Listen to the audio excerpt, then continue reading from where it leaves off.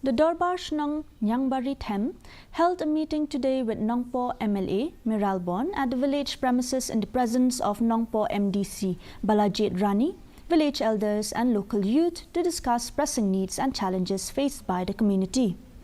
MLA Miralbon's aim announced the issuance of a work order worth Rs 2 lakh for the construction of a new clubhouse funded under the SRWP scheme for 2023 to 2024. MDC Balajit Rani contributed to the village development by presenting an amplifier and horn, enhancing the village's communication capabilities.